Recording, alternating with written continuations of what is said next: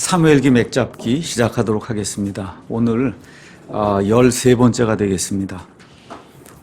지난 시간에 우리가 사무엘기하 7, 8, 9, 10 이제 4장을 이제 살펴봤고, 오늘은 11장하고 12장의 전체를 이제 살펴보도록 그렇게 하겠습니다. 우리가 이제 지난 시간에 했던 거 자세히 이렇게 다시 한번 이렇게 요약을 해보면, 다윗이 이제 왕위에 오른 이후에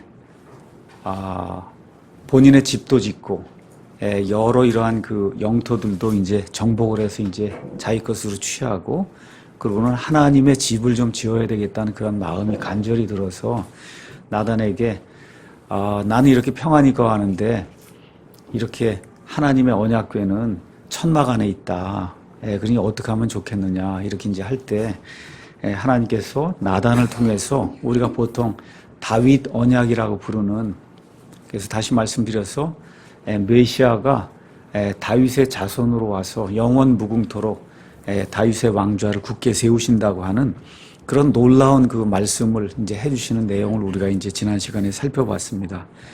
그 다윗 언약 7장 끝난 이후에 다윗이 지금까지 자기가 살면서 어느 면에서 이제 가장 크게 은혜를 입은 사람 중에 하나가 요나단이거든요. 그래서 요나단의 그 가족들 중에서 남아있는 사람이 있으면 내가 좀 친절을 베풀어야 되겠다 이렇게 이제 생각을 하고, 그의 아들이 이제 하나 남았는데 이름이 무비보셋이에요. 그래서 두 발을 다쳐는 이러한 그 청년 무비보셋을 데려다가 그에게 속한 모든 걸 다 돌려주고, 또 그를 왕자들과 함께 상에 앉아서 먹을 수 있도록 이렇게 배려하는 그런 내용이 이제 8장에 나왔고, 그 다음에 여러 나라들이 이제 계속해서 추가적으로 이게 정복하는 그런 내용이 나오고, 그 다음에 이제 10장에 가서는 암몬 족속에게 이 은혜를 베풀려고 하다가 오히려 그 암몬 족속의 왕이 다윗이 보낸 이러한 그 사신들에게 모욕적인 그런 행동을 하고, 이래서 어쩔 수 없이 이제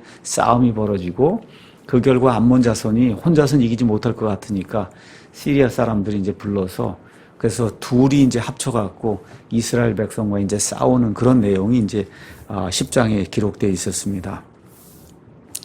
자, 오늘부터 시작해서 이제 11장부터 19장에는 다윗의 삶 속에서 일어난 좋지 않은 일들이 기록이 되어 있어요. 그러니까 사무엘기 상이 31장으로 되어 있고 사무엘기 하가 24장으로 되어 있어요. 그 가운데 지금까지는 다윗이 많은 고통도 겪고 고난 겪고 곤궁에 빠지고 정말 곧바로 죽을 것 같은 그와 같은 위기를 이렇게 넘어가면서 결국 이제 왕이 됐잖아요.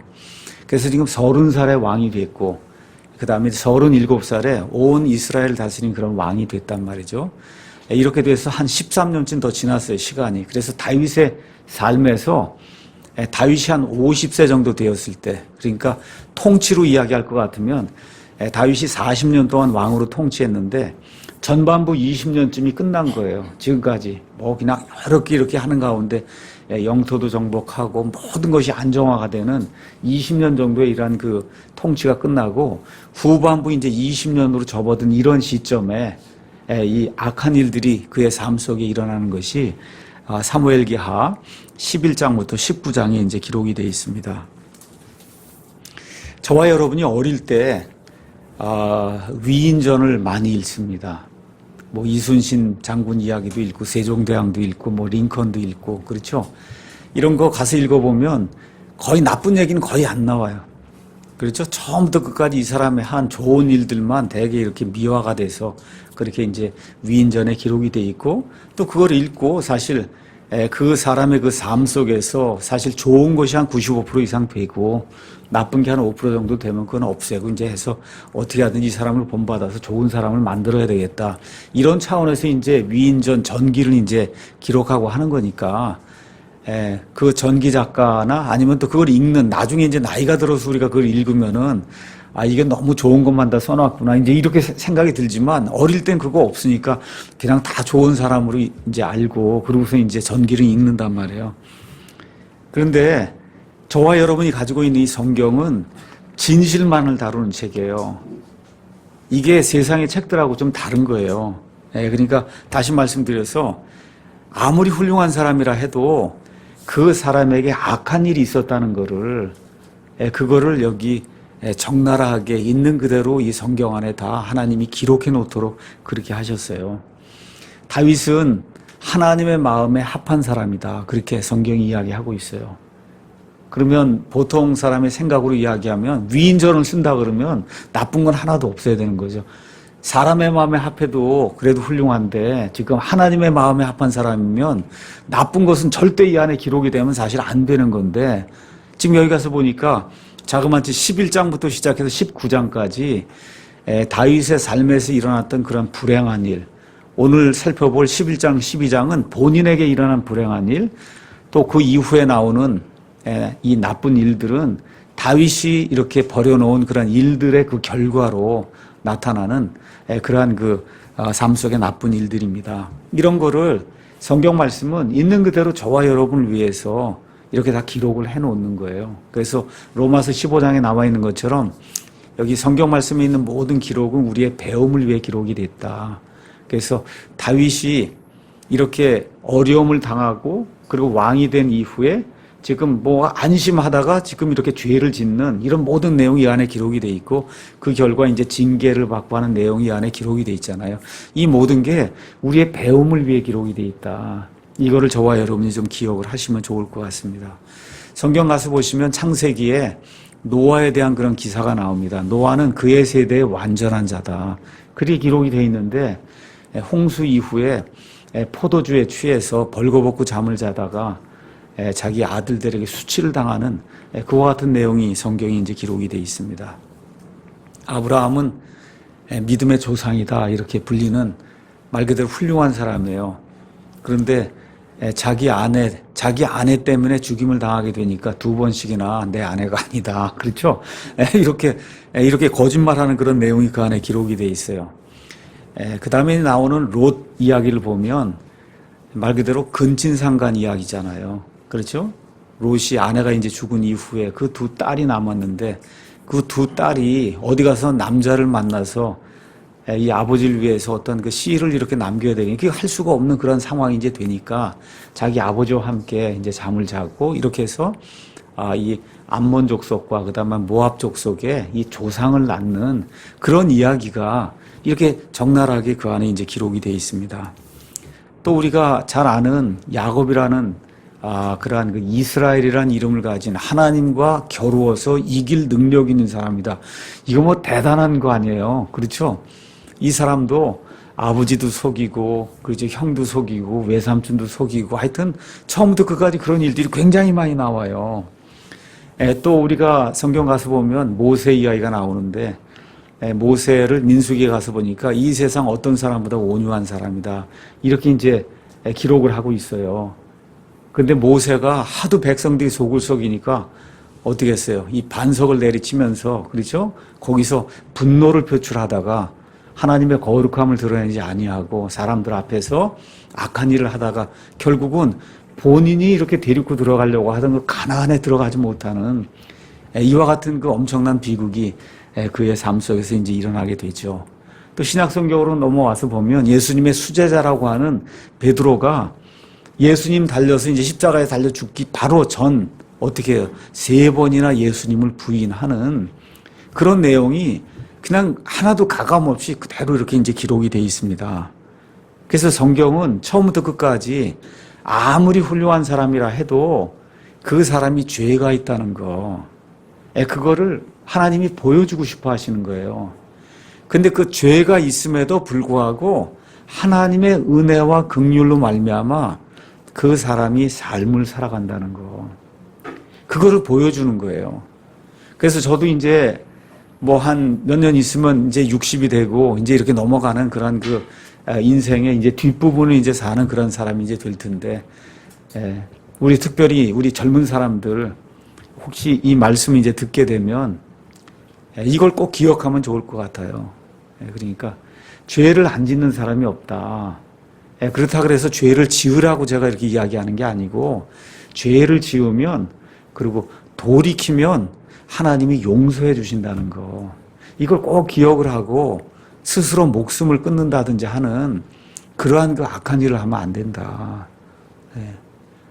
아무리 힘들고 어려워도 그런 일을 하면 안 된다는 거. 그래서 하나님께서 은혜와 긍휼을 베풀어 주셔서 이렇게 하나님의 사람이라고 불리는 그런 많은 사람들의 실수와 죄에도 불구하고, 그럼에도 불구하고 하나님이 그의 삶을 끝까지 인도해 주신 그런 내용이 성경에 이제 기록이 되어 있고, 그것이 하나님의 성품이라고 하는 사실을 저와 여러분 꼭 기억을 하면 좋을 것 같습니다. 그러니까 하나님의 성품, 돌이키고 하나님께로 나오기만 하면 하나님이 용서해 주신다는 거.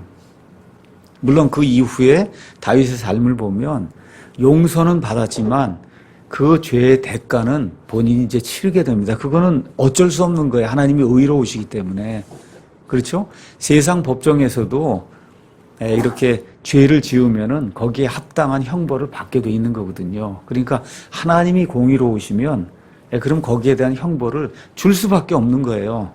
그럼에도 불구하고 저와 여러분이 우리가 죄를 지을 때 특별히 이렇게 오늘 나와 있는 간음죄라든지 살인죄라든지 거짓 위증하는 그런 죄라든지 이러한 하나님이 미워하시는 그러한 극심한 그런 죄들을 짓게 될 때 말씀을 통해서 또 어떤 사람의 그 그리스도인의 이와 같은 권유와 이와 같은 조언을 통해서 돌이키게 되면 하나님이 그 죄를 용서해 주신다. 이걸 꼭 믿으시고 그리고 희망을 갖고 그리고 오늘 이 말씀을 한번 살펴보도록 하겠습니다. 다시 말씀드립니다. 주님께서 큰 죄를 져도 살 길을 허락해 주신다. 기억하시고 그럼에도 불구하고 그 이후에는 하나님이 거기에 합당한 형벌을 내리신다. 그래서 다윗의 후반부 맨 마지막 20년 동안은 자기가 지은 죄로 말미암은 형벌을 감당하는, 그래서 형통한 그런 삶을 살았음에도 불구하고 형벌을 동시에 감당하는 이와 같은 삶을 살았다. 스펄전 목사님이 여기에 대해서 이렇게 이제 이야기를 했다 그래요. 하나님은 자신의 자녀들이 성공적으로 죄를 짓도록 그냥 두지 않는다. 그러면 어떻게 해요? 몰래 이렇게 해갖고 성공하면은 또 짓고 또 짓고 또 짓잖아요. 아나니와 삽비라, 아간, 그렇죠? 성경 이렇게 가서 보시면 이게 성공적으로 뭐 이렇게 속여갖고 뭐 할고 이런 게 이게 하나님의 의가 이게 발휘가 되지 않으면 예수님을 믿으면서도 교묘하게 하나님을 속이는 그런 일이 생기기 때문에 하나님께서 정말 하나님의 백성이라고 하면 그 하나님의 백성이 성공적으로 죄를 짓도록 그냥 방치하지 않는다. 그러니까 죄를 지으면 하나님의 대가가 반드시 임한다고 하는 거, 그거를 꼭 기억을 하면 좋을 것 같습니다. 자, 이걸 기억하면서 오늘 사무엘기하 11장에 나와 있는 말씀을 한번 보도록 하겠습니다. 제가 말씀드린 대로 사무엘기하 10장은 다윗이 암몬 족속하고 싸움을 하는 그런 내용, 그걸 지금 기록을 하고 있습니다. 이제 싸움이 끝나지 않아서 그 다음 11장 1절 가서 보니까 그 해가 이제 지나가고 이제 겨울이 되면 이제 춥고 하니까 이제 새로운 해가 이제 와서 이제 봄이나 이렇게 되니까 이제 왕들이 나가서 싸울 때가 된 겁니다. 그래서 다윗이 요압과 자기 신하들과 온 이스라엘을 내보냈어요. 그랬더니 그들이 암몬 자손을 멸하고 랍바를 에워쌌더라. 그러나 다윗은 예루살렘에 여전히 머물러 있었더라. 이스라엘 땅을 이렇게 보시면 갈릴리 호수가 있고 이 밑에 사해가 있고 여기 요르단강이 있습니다. 요르단강이 지금 왼쪽에 지금 예루살렘이 있고 예루살렘이 있고 요 요르단강 넘어가야 암몬 족속이 지금의 요르단이에요. 암몬이 지금의 요르단. 알겠죠? 거기에 지금 암만이라는 도시가 있죠. 수도가. 그렇죠? 거기가 랍바예요. 지금 여기 얘기하는 랍바라고 이해를 하시면 됩니다.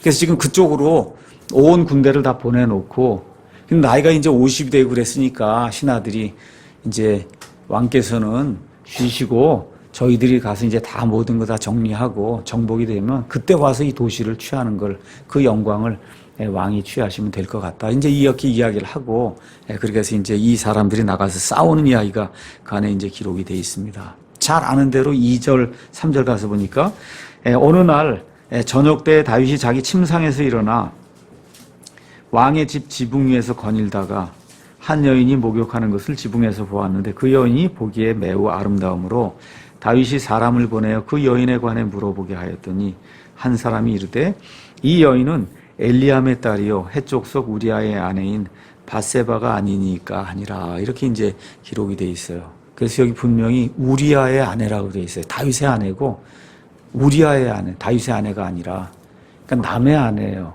그래서 이 여인을 취하면 간음하는 거예요. 그렇죠?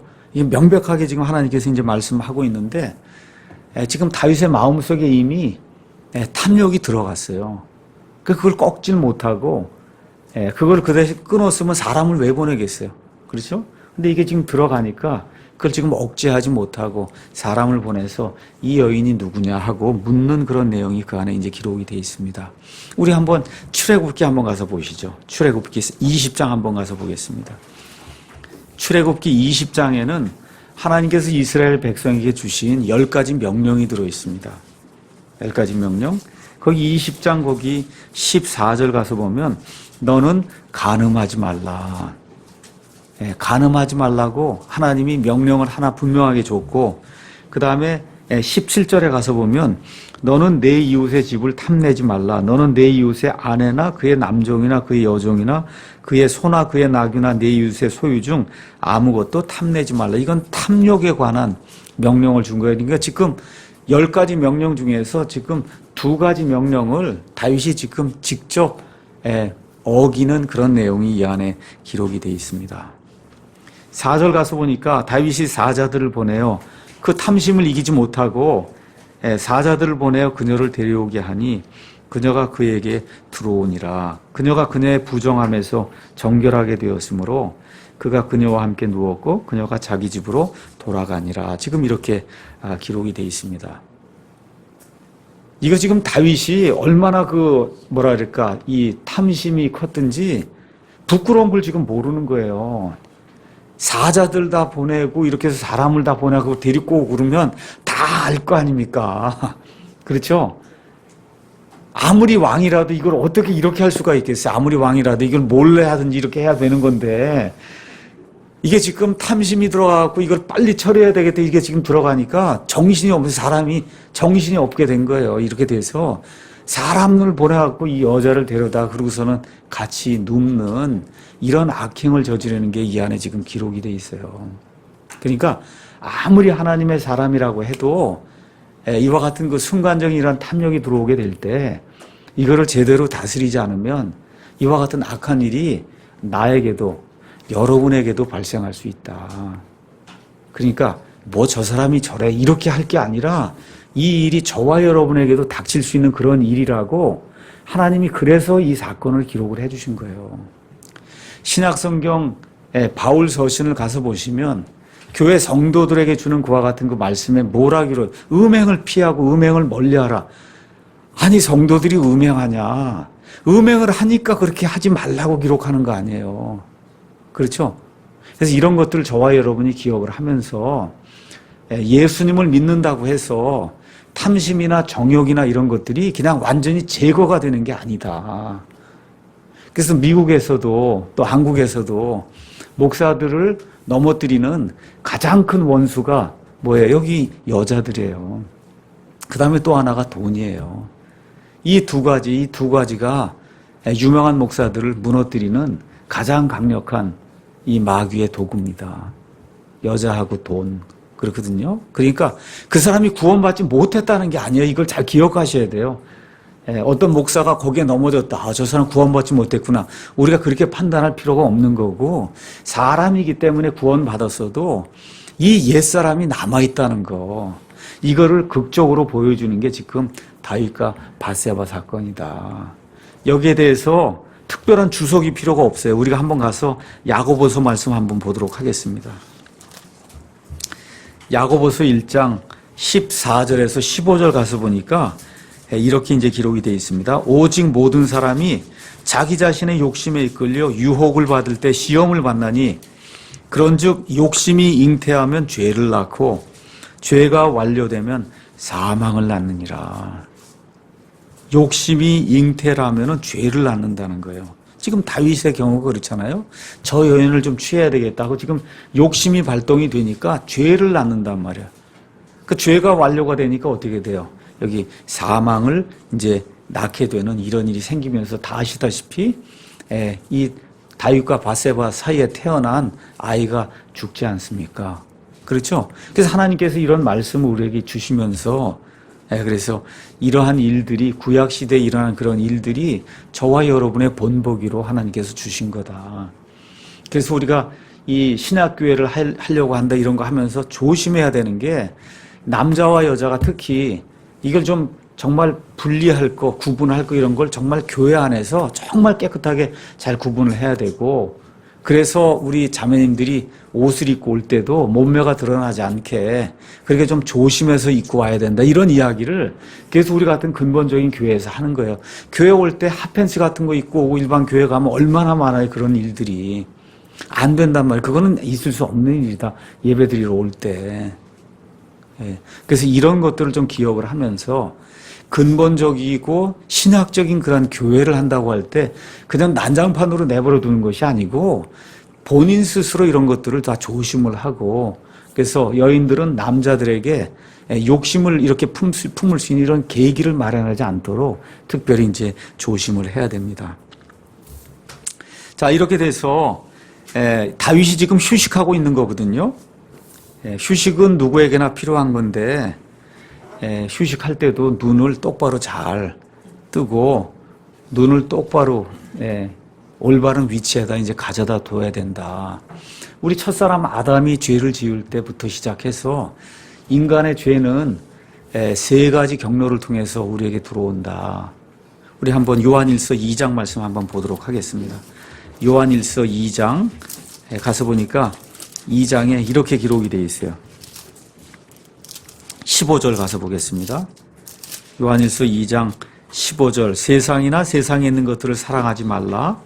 어떤 사람이 세상을 사랑하면 아버지의 사랑이 그 속에 있지 아니하니 세상에 있는 모든 것, 즉 육신의 정욕과 안목의 정욕과 인생의 자랑은 아버지에게서 나지 아니하고 세상에서 나느니라. 그래서 이런 모든 거를 다 해서 죄를 짓는단 말이에요. 그리고 무언가를 정말 느끼고 참 좋았다고 생각하지만 17절 세상도 그것의 정욕도 사라지되 오직 하나님의 뜻을 행하는 자는 영원토록 거하느니라. 이걸 기억하시고 저와 여러분이 이 욕심에 이끌려서 악한 그런 죄를 짓지 않도록 정말 노력을 많이 해야 돼요. 그 다음에 또 하나는 어떤 사람이 이렇게 큰 일을 하다가 그러다가 지금 다윗과 같은 경우 계속 전쟁할 땐 문제가 없었어요. 고통당할 땐 문제가 없었어요. 적하고 싸울 땐 문제가 없었어요. 무기를 치우고 지금 쉬니까 지금 문제가 생기는 거예요. 무슨 얘기인지 아시죠?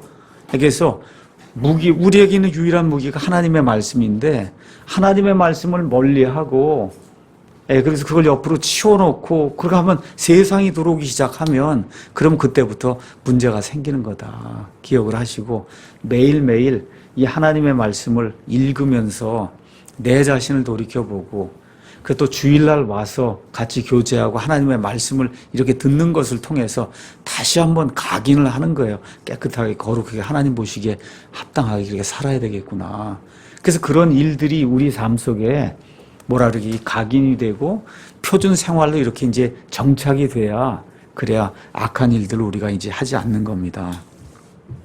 그래서 어떤 사람이 그렇게 이제 이야기를 했다 그래요. 새들이 이렇게 날아가는 게 새들이 이렇게 날아가서 이게 눈에 들어오는 것은 우리가 어쩔 수 없다는 거예요. 근데 새들을 쫓아가면 안 된다. 우리가 살다 보면 우리 남자들이 있는데 저기 예쁜 아가씨가 지나간다. 이거 들어오는 거 그거는 어쩔 수 없는 거라는 거예요. 제 얘기가. 무슨 얘기인지 알겠죠? 그것 때문에 어떤 죄책감을 갖고 그럴 건 아니다. 그건 눈에 들어오는 거기 때문에 내가 뭐 보려고 그러는 게. 근데 그거를 추구하기 위해서 그쪽으로 새들을 잡으려고 쫓아나서면 그때부터 문제가 생기는 거다. 그래서 이런 것들 저와 여러분이 좀 기억을 하면 좋겠습니다. 하나님의 사람들이 성경에 많이 나오는데 그 하나님의 사람들 가운데 특별히 하나님께서 어떤 부족한 점이나 약점을 지적하지 않은 그런 사람이 성경에 한 2명 정도 있어요. 그 중에 한 사람이 요셉이에요. 또 한 사람은 다니엘이에요. 그래서 이 두 사람은 하나님께서 특별하게 어떤 죄를 이렇게 지목하거나 이렇게 지적을 하지 않아요. 요셉의 삶에도 이와 똑같은 일이 있었어요. 그렇죠? 이 경우에는 그의 그 주인의 아내가 요셉과 함께 잠자기 위해서 동침하려고 얼마나 간청하고 애걸복걸하고 하는 그런 내용이 나와 있어요. 어느 날 그 집에 들어갔더니 여자 혼자 있을 때 요셉이 어떻게 해요? 그 벗어나기 위해서 그렇죠. 자기 옷마저 벗어두고 그냥 출행낭치는 그와 같은 내용이 그 안에 기록이 돼 있죠. 그렇죠?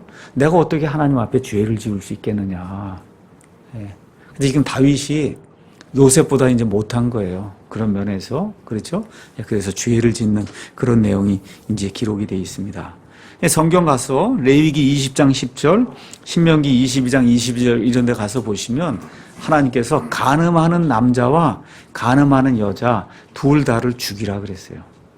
그래서 지금 다윗과 같은 경우 또 바세바와 같은 경우 사실 그 자리에서 돌에 맞아 죽어야 될 이와 같은 형편에 지금 놓여 있는데 단지 지금 왕이라고 그래서 또 왕하고 같이 누웠다고 해서 지금 이 일이 뭐 사람들 다 알지 않았, 예루살렘에 사는 사람들 다 알지 않았겠어요. 그렇죠? 이런 가운데 이 일이 지금 숨겨지는 그런 악행인지 안에 기록이 되어 있습니다. 5절 가서 보니까 그 여인이 수태함에 사람을 보내어 다윗에게 고하여 이르되 내가 아이를 가졌나이다 하니라. 이렇게 되니까 다윗이 뭐 모르긴 해도 한 달이나 두 달쯤 이게 지나면서 이 아이 가진 게 이제 알려지게 되니까 그러니까 그 당시에 무슨 유전자 검사를 할 수 있는 것도 아니고 그렇죠? 그러니까 어떻게 해요? 우리아를 데려다가 그래서 우리아하고 같이 자도록 그렇게 해서 우리아의 아내로 이제 만들어 버려야 되겠다. 우리아의 아이로 만들어 버려야 되겠다. 이렇게 생각을 하고는 여기 6절에 가서 보니까 요압에게 우리아를 이제 보내라고 하는 내용이 그 안에 기록이 되어 있는데 사무엘기하 한번 가서 여기 옆으로 오른쪽으로 넘어가셔서 사무엘기하 23장 39절 한번 가서 보겠습니다. 사무엘기하 23장에는 다윗과 함께 이스라엘 국가를 재건하는 데 참여했던 그 다윗의 장군들의 이름이 그 안에 기록이 되어 있어요. 그 장군들 중에 맨 마지막에 39절에 해족속 우리아더라 해서 모두 37명이었더라. 37명의 장군들을 이렇게 소개하는 내용이 있는데 그 장군들 중에 맨 마지막이 지금 우리아예요. 그러니까 사실 그 다윗의 많은 그러한 그 군사들이 있었는데 그 가운데 지금 37째 안에 지금 드는 거니까 그래서 다윗하고 친밀한 관계 있고 어느 정도 이게 아는 그런 사이라고 하는 걸 우리가 금방 알 수가 있습니다. 자, 이렇게 해서 이제 우리아가 왔단 말이에요. 그래서 다윗이 우리아에게 묻죠. 요압이 잘 하고 있냐? 전쟁이 잘 되고 있느냐? 그렇죠? 그렇게 하고는 먹을 거 주고 뭐라 그래? 집에 가서 자라. 그 내용이 이제 7절, 8절 그 안에 나와 있습니다. 그런데 우리아가 가서 자질 않았단 말이에요. 그러니까 그의 신하들이 가서 이야기를 한 거죠. 우리아가 어젯밤에 집에 가서 그의 아내와 함께 자지 않았습니다. 그러니 다윗이 10절에 이제 묻죠. 우리아에게 왜 내가 가지 않았느냐? 그랬더니 11절에 참 가슴을 뭉클하게 하는 그러한 그 우리아의 말이 나오죠. 그렇죠? 내 주라고 지금 요압을, 내 주인이 요압이잖아요. 요압이 군대 대장인데 내 주인 요압도 지금 싸우고 있고 또 임금님의 모든 신하들이 지금 싸우고 있는데 제가 어떻게 지금 음식 먹고 그러고 가서 내 아내와 함께 같이 집에서 잘 수가 있냐. 쉽게 얘기하면 충신 중에 이런 충신이 없는 거예요. 이런 충신을 어디 가서 구하겠어요, 사실. 지금 그렇게 이야기하는 거예요. 그날 밤도 가서 음식 먹고 그러고 그렇게 했는데 또 내려가지 않고 그래서 결국은 이제 이 우리아를 다시 싸움터로 보낼 수밖에 없잖아요. 가서 잠을 자지 않았으니까. 근데 어떻게 합니까? 다윗이 아주 악한 일을 하죠. 그의 손에 편지를 써서 요압에게 보내면서 우리아하고 싸움이 일어나게 될 때 우리아를 맨 앞에 최전방에 보내갖고 말 그대로 매맞아 죽게 해라. 그렇죠? 이 편지를 지금 들고 가는 거예요, 본인이. 이런 악한 일을 지금 다윗이 이게 할 수 없는 그런 일인데 지금 궁지에 몰리고 이렇게 하다 보니까 지금 이런 악한 일까지 이 다윗의 마음속에 생각이 나서 이걸 그대로 지금 집행을 하고 있으니 이 다윗도 워낙 마음이 연약하고 말 그대로 영어로 얘기하면 텐더 헐스를 갖고 있는 사람인데 이게 얼마나 마음이 괴롭고 그랬겠어요. 그렇죠? 이런 내용이 이제 그 안에 이제 기록이 돼 있습니다. 자, 그래서 요압이 그 편지를 받고는 요압이 누구예요? 다윗과 무슨 관계예요? 조카 삼촌이잖아요, 지금. 그래서 지금 요압이 다 알고 있는 거 다윗의 비리를. 그렇잖아요? 예. 이렇게 돼서 그 명령을 받아갖고는 그래서 우리아를 죽이는 내용이 16절, 17절 싸움이 붙었을 때 우리아 맨 앞에 보내고 이렇게 해서 결국은 저쪽에서 나온 암몬 족속들이 우리아를 죽이도록 하는 그런 악한 일이 그 안에 이제 기록이 되어 있습니다. 그런데 우리아만 죽일 수 없잖아요. 그렇죠. 그 우리아만 거기 보내면 들통이 나니까 어떻게 애꿎게 이스라엘 사람들 중에 몇 사람도 같이 가서 싸우는 척 해야만 그래서 거기서 같이 죽어야 그래야 문제가 안 생기니까 결국 어떻게 돼요? 이스라엘 사람들도 같이 보내갖고 그래서 우리아뿐만 아니라 애꿎게 이스라엘 사람들 몇 사람도 같이 죽는 내용이 그 안에 이제 기록이 되어 있습니다. 24절 한번 가서 잠깐 볼까요? 24절에 활 쏘는 자들이 성벽 위에서 왕의 신하를 향하여 쏘므로 왕의 신하들 중에서 몇 사람이 죽었단 말이에요. 우리아만 죽은 게 아니고 정말 이 사람들은 아무 이유 없이 다윗의 체면을 지금 살리기 위해서 그냥 총알바지가 된 거죠.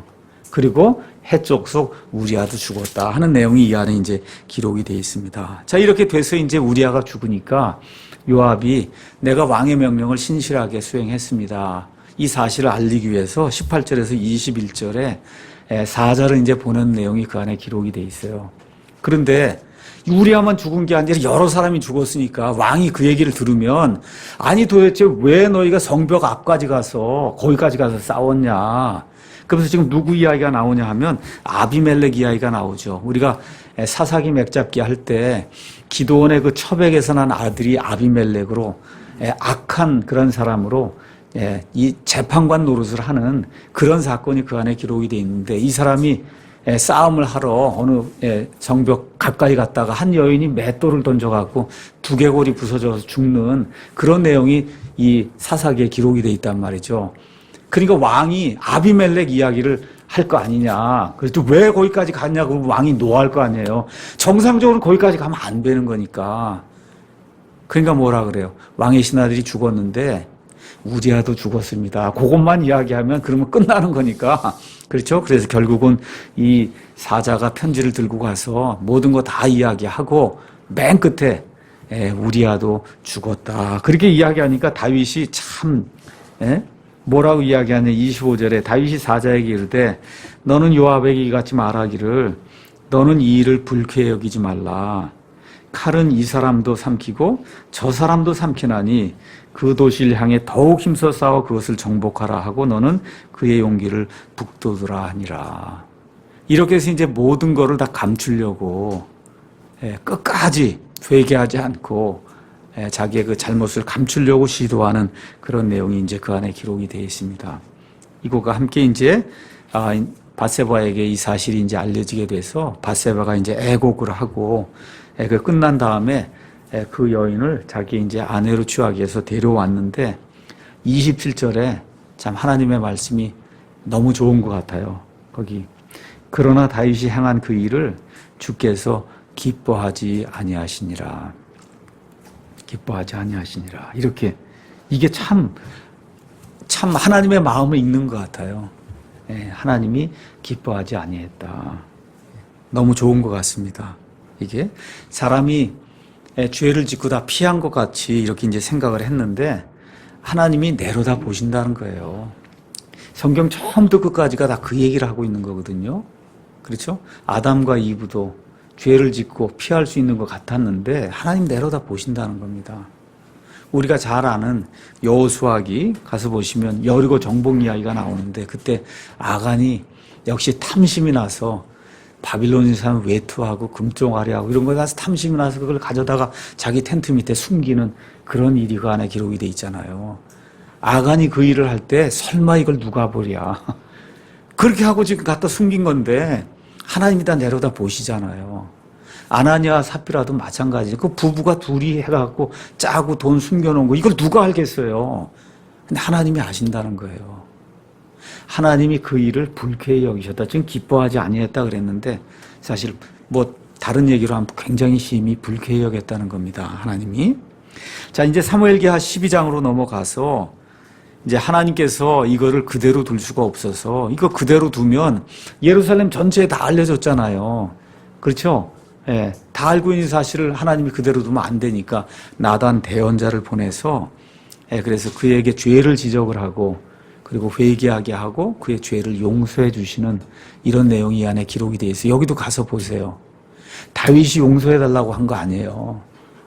그 이니셔티브를 누가 쥐고 있냐? 하나님이 하시는 거예요. 사람은 이제 숨겼구나 생각을 하고 안심을 하고 지금 아기를 낳을 때까지 그날 얼마? 9개월, 만 9개월이 지나야 아기를 낳는 거잖아요.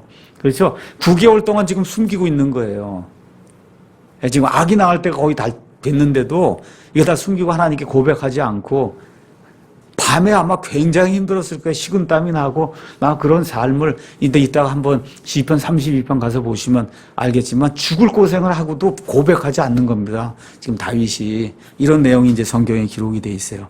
자, 나단이 바로 전에 사무엘기하 7장에서 다윗 언약을 가져다 준 사람이 지금 나단이잖아요. 그러니까 하나님이 또 나단을 부르는 거예요. 너가 가서 얘기해라. 그러니까 이게 하나님의 대언자가 하기가 대단히 어려운 거예요. 다윗하고 가장 친한 사람이 지금 나단이거든요. 친구잖아. 가장 친한 친구. 그렇죠?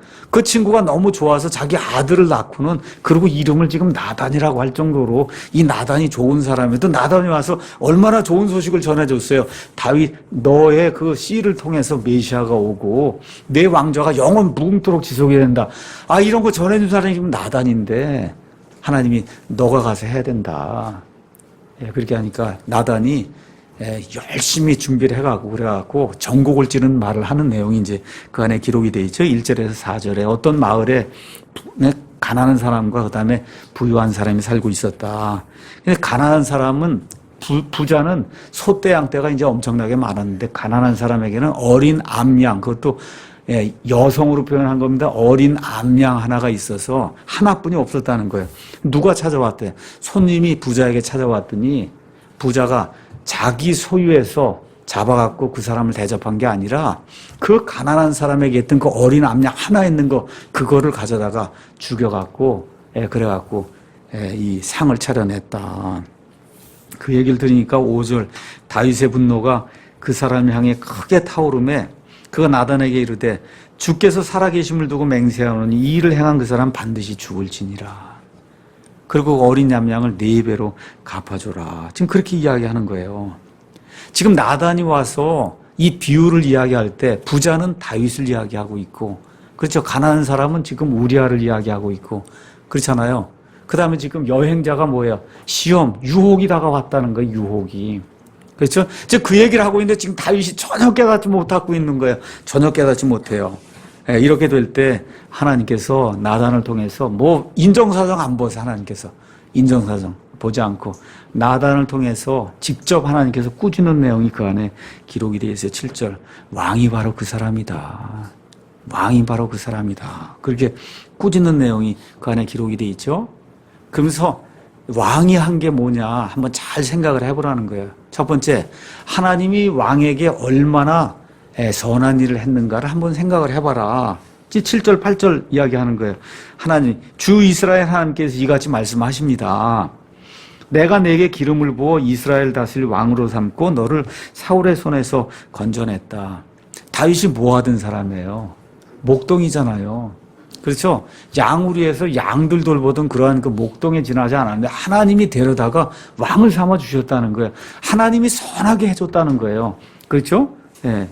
그렇게 해서 또 왕이 된 이후에 기름 부음을 받은 이후에 사울에게서 극도로 핍박을 받을 때마다 하나님이 구출해 줬단 말이에요. 지금까지 그렇게 선하게 해줬단 말이에요. 그 다음에 또 뭐라고 이야기하느냐? 내 주인의 집을 내게 주고 내 주인의 아내들 내 품에 주며 이스라엘의 집과 유다의 집을 내게 주었다. 하나님이 그렇게 말씀하셔서 선하게 지금까지 대하지 않았느냐 내가. 만일 지금까지 준 게 조금이고 부족했을 것 같으면 내가 더 많이 줬을 거다. 그랬는데 내가 너를 이렇게 선대한 걸 내가 멸시했다. 이게 첫 번째 이제 그 얘기를 이제 하는 겁니다. 두 번째는 9절. 어찌하여 내가 주의 명령을 어겼냐. 업신여기고 그 주의 눈앞에서 악을 행했느냐. 악을 행한 내용이 뭐냐? 내가 칼로 해쪽 속 우리아를 죽이고 우리아 죽인 게 넘버 1이에요. 첫 번째입니다. 그렇죠? 그 다음에 그의 아내를 빼앗아 내 아내로 삼으며 그 다음에 암몬 족속의 칼로 그를 죽였다. 암몬 족속은 이스라엘 백성의 아주 이 철천지 원수거든요. 그러니까 뭐 병들어 죽었다든지 뭐 이렇게 하면 괜찮은데 이거 이스라엘 백성이 가장 미워하고 또 하나님이 가장 미워하는 원수의 손을 빌려서 이 선하고 의로운 사람, 이 충신을 죽였으니 다른 사람들에게 큰 멸시거리가 되도록 너가 그렇게 만들었다고 하나님이 이 다윗에게 책망하는 내용이 그 안에 이제 기록이 되어 있어요. 그러고는 9개월 동안 회개하지 않고 그래서 하나님이 이거를 넘겨주시겠지. 이렇게 하고 지금 착각하고 있다는 거예요. 하나님께서 그렇게 지적을 하고 있는 거예요. 그러면서 10절에서 12절에 내가 나를 업신여기고 해쪽 속 우리아의 아내를 빼앗아 내 아내로 삼았은즉 이런 까닭에 칼이 내 집에서 결코 떠나지 않는다. 떠나지 않는다. 지금 계속해서 밧세바 간음 이야기는 두 번째나 안 하고 뭘 주로 이야기하느냐 하면 해쪽 속 우리아를 죽인 거를 하나님이 계속해서 이야기를 하는 거예요. 왜 그러냐? 이 지금 간음죄를 지은 것은 이건 순식간에 그 여인이 목욕하는 걸 보고 이게 뭐 고의적으로 이렇게 한 게 순식간에 이렇게 해서 이게 죄를 지은 거거든요. 그러니까 하나님 보시기에 죄의 경중면에서 이거는 작은 죄라는 거예요. 근데 우리아를 죽인 거는 그건 아주 고의로 계획적으로 이걸 해서 생사람을 잡아 죽인 거잖아요. 그러니까 하나님 편에서 죄의 경중면으로 따졌을 때 이거는 이 간음한 거하고는 비교가 안 될 정도로 악한 죄다. 하나님 지금 그렇게 이야기를 하는 거예요. 그래서 열왕기상 한번 가서 보도록 하겠습니다. 열왕기상 15장 5절에 가서 보시면 다윗의 그 삶에 대해서 하나님이 이야기하시면서 이렇게 이제 이야기합니다. 15장 5절. 15장 5절. 다윗의 삶을 요약을 하는 겁니다. 이는 다윗이 해쪽 속 우리아의 일 외에는 평생토록 주의 눈에 올바른 것을 행하고 그분께서 그에게 명령하신 어떤 일에서도 돌이키지 아니하였기 때문이다. 그러니까 지금 밧세바 얘기도 해야 되는데 물론 이 안에 들어가 있어요. 근데 굳이 밧세바 얘기는 명시적으로 이렇게 드러내질 않고 있는 거예요. 왜 그러냐? 죄의 경중면에서 봤을 때 우리아를 죽인 게 100이면 이건 한 1 정도뿐이 안 되는 그런 죄로 하나님이 보시고 고의로 계획적으로 사람을 죽이고 하는 그런 일을 꾸민 거 이것이 대단히 큰 죄라고 하나님이 다윗에게 책망하시는 그런 내용이 그 안에 이제 기록이 되어 있습니다. 자, 이렇게 된 이후에 하나님께서 12절에 너는 그 일을 은밀히 행하였으나 나는 온 이스라엘 앞에서 해 앞에서 이 일을 행하겠다. 이제 그 이야기하면서 11절에 내가 내 집에서 너를 대적하는 재앙을 일으키니까 이제 집안에 이제부터 재앙이 일어난다는 겁니다. 내가 내 아내들 내 눈앞에서 가져다 내 이웃에게 주니 누구예요? 압살롬이란 말이에요. 그렇죠? 이 해가 보는 데서 그가 내 아내들과 함께 누리. 너는 몰래 그랬는데 이제 압살롬이 내 아내들을 데려다가 햇볕이 내려 쬐는 이러한 이 오픈된 그런 공간에서 이 아내들과 함께 눕는 그와 같은 수치를 내게 가져다 주겠다고 하나님이 말씀을 하세요. 그렇죠?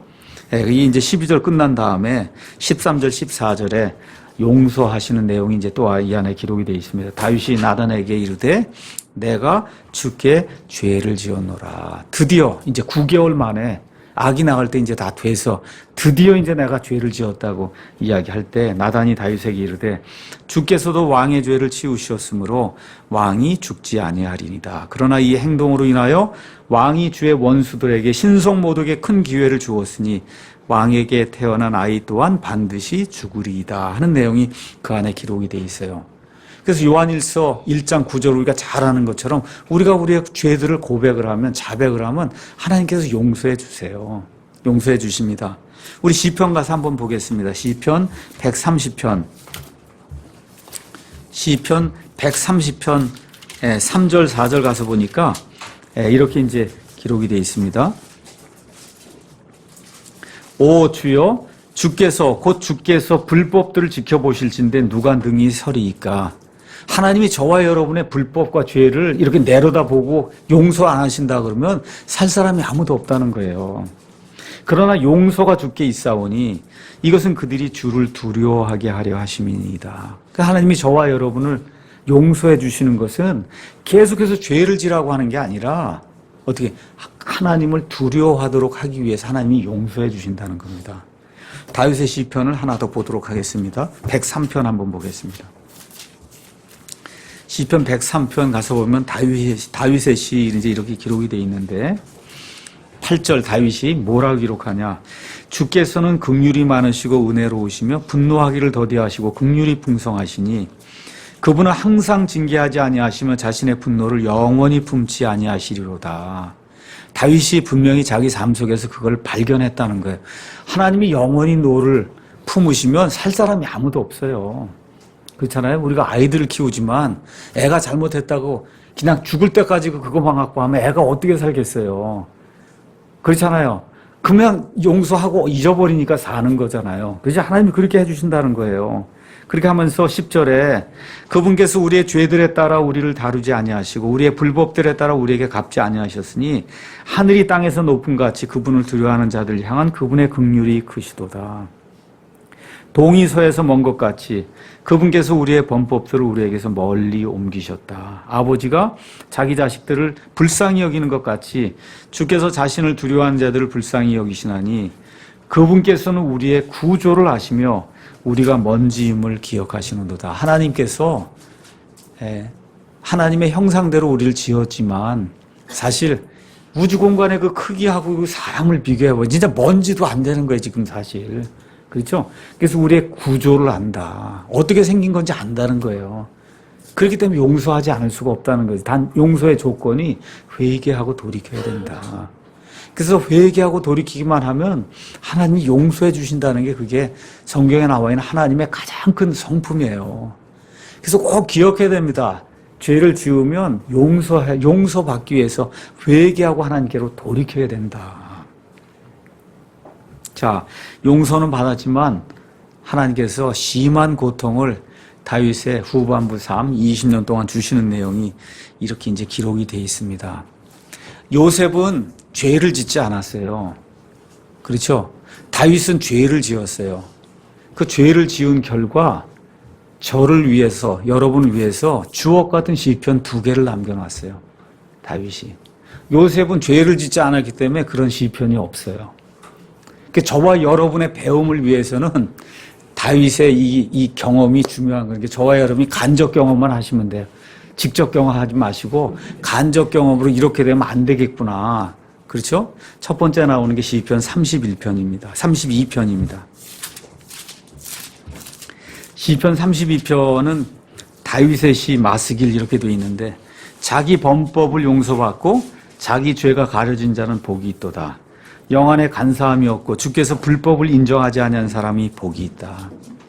지금 이게 로마서에 가서 보시면 4장에 이 하나님께서 은혜로 구원을 주시는데 그 은혜는 그거는 내가 일을 해서 받는 게 아니다. 일을 하지 아니할지라도 경건치 아니한 자를 경건하다고 여겨주신 하나님의 은혜로 거저 사람이 구원받는다.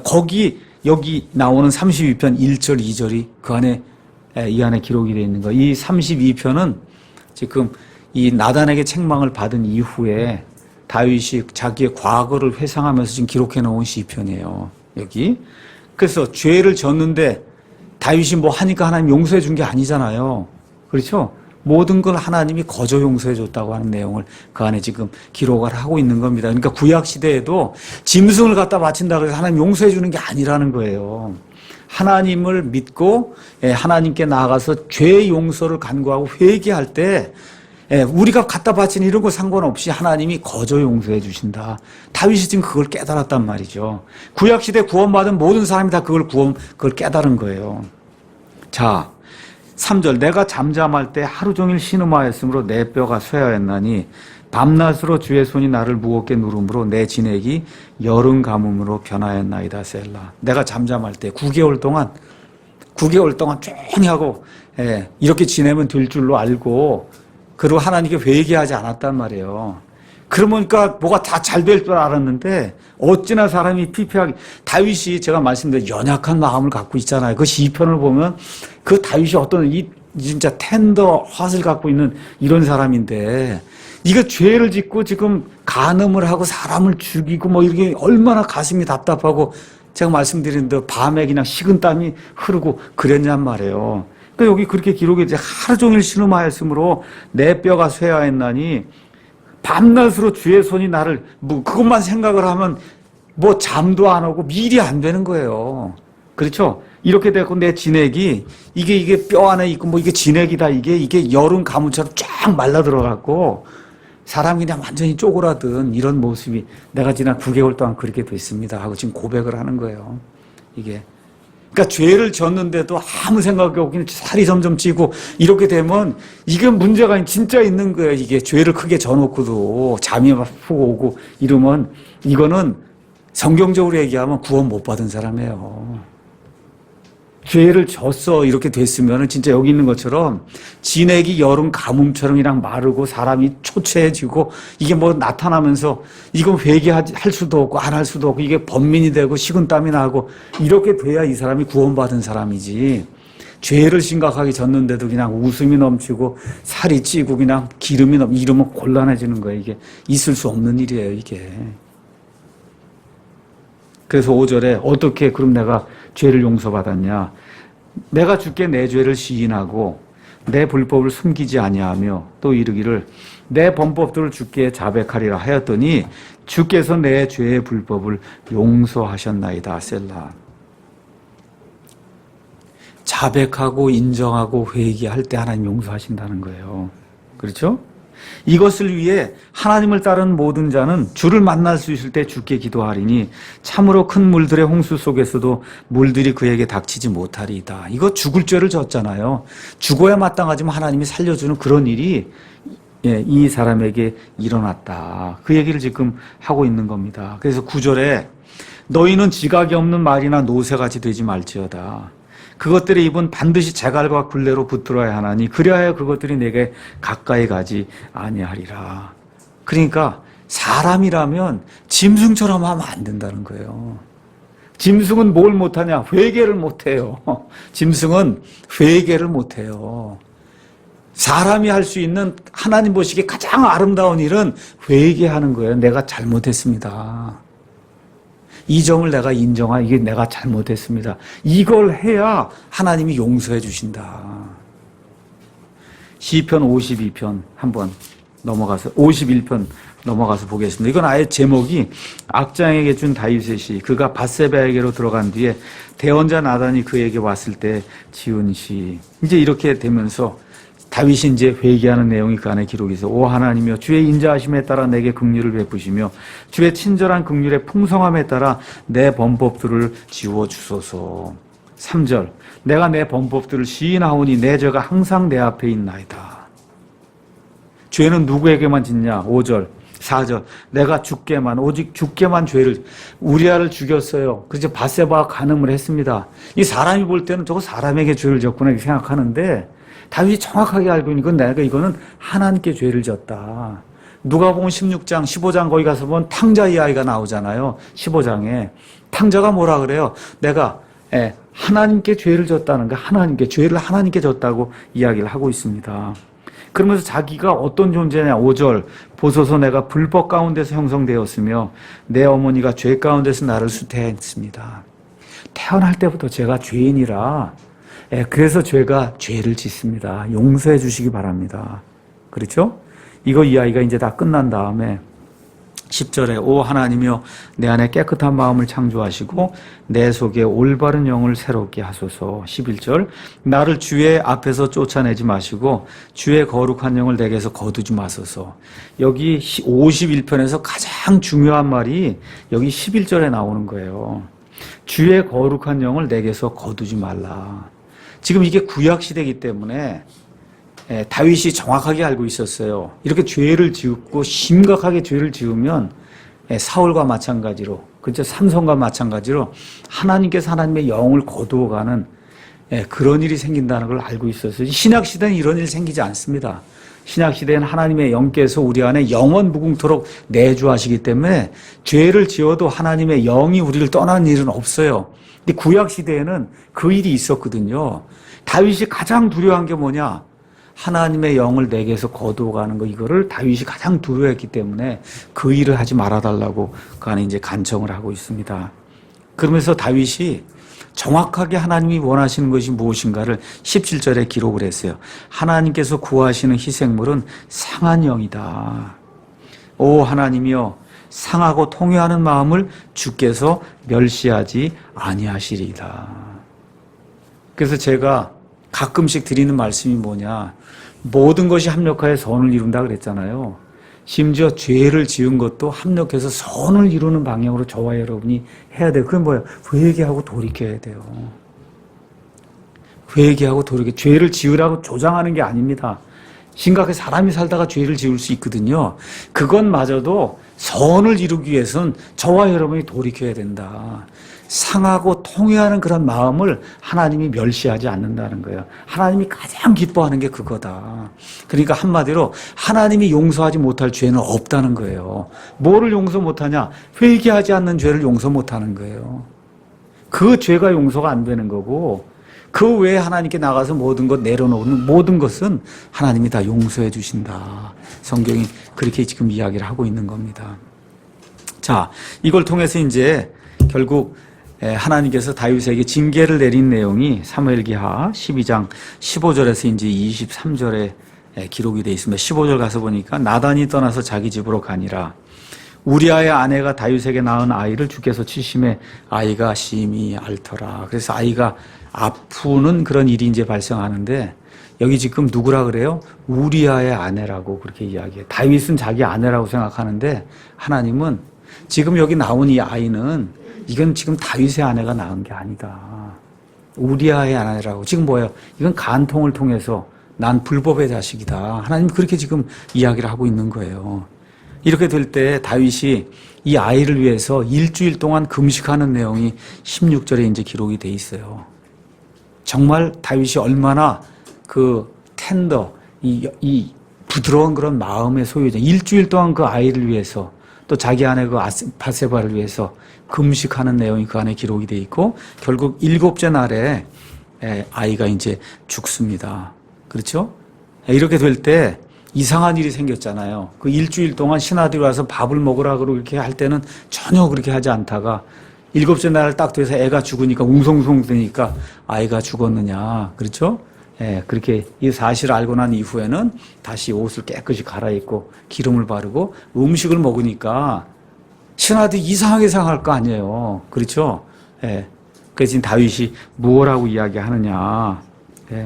22절 그가 이르되 아이가 아직 살아있을 때 내가 금식하고 온 것은 내가 말하기를 혹시 하나님께서 내게 은혜를 베푸사 아이를 살려주실지 누가 알리요.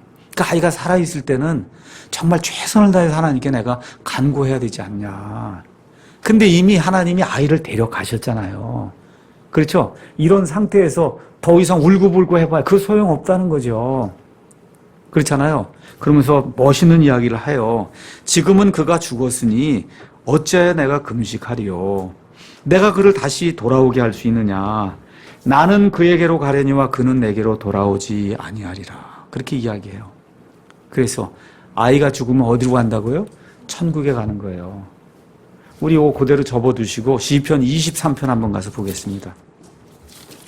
유명한 시편 23편 맨 마지막 절 가서 보면 내 평생의 선하심과 긍휼이 정녕 나를 따르니 내가 주의 집에 영원히 거하리로다.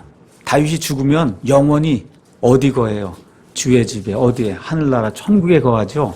근데 뭐라 그래요? 나는 그에게로 가려니와 어디로 가요? 천국으로 간단 말이에요. 그러니까 그가 어디 있어요 지금? 천국에 있단 말이죠. 그는 내게로 올 수 없다. 그렇죠?